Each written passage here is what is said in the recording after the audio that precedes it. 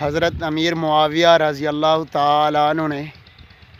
ایک مرتبہ حضرت عائشہ صدیقہ رضی اللہ تعالیٰ عنہ کو یہ لکھ بھیجا، تحریر بھیجی کہ مجھے کوئی مختصر سی نصیحت لکھ بھیجیں۔ حضرت عائشہ صدیقہ رضی اللہ تعالیٰ عنہ نے یہ لکھ کر بھیج دیا کہ میں نے نبی کریم صلی اللہ علیہ وسلم سے سنا، آپ صلی اللہ علیہ وسلم نے فرمایا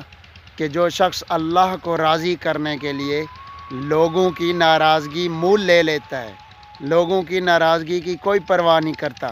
تو اللہ تعالیٰ اس بندے کو لوگوں کے شر سے محفوظ فرماتے ہیں۔ اور فرمایا کہ جو آدمی اللہ کو لوگوں کو راضی کرنے کے لیے اللہ کی ناراضگی خرید لیتا ہے، اللہ کو ناراض کر بیٹھتا ہے، تو اس آدمی کا معاملہ اللہ تعالیٰ لوگوں پر چھوڑ دیتے ہیں، اس کو لوگوں کے حوالے کر دیتے ہیں۔ مقصد یعنی اللہ تعالیٰ اس کی مدد اور نصرت نہیں فرماتے۔ جس آدمی کی اللہ تعالیٰ حامی و ناصر بن جائیں اس کا کوئی نقصان نہیں کر سکتا، اور جس آدمی کا اللہ تعالیٰ ساتھ چھوڑ دیں،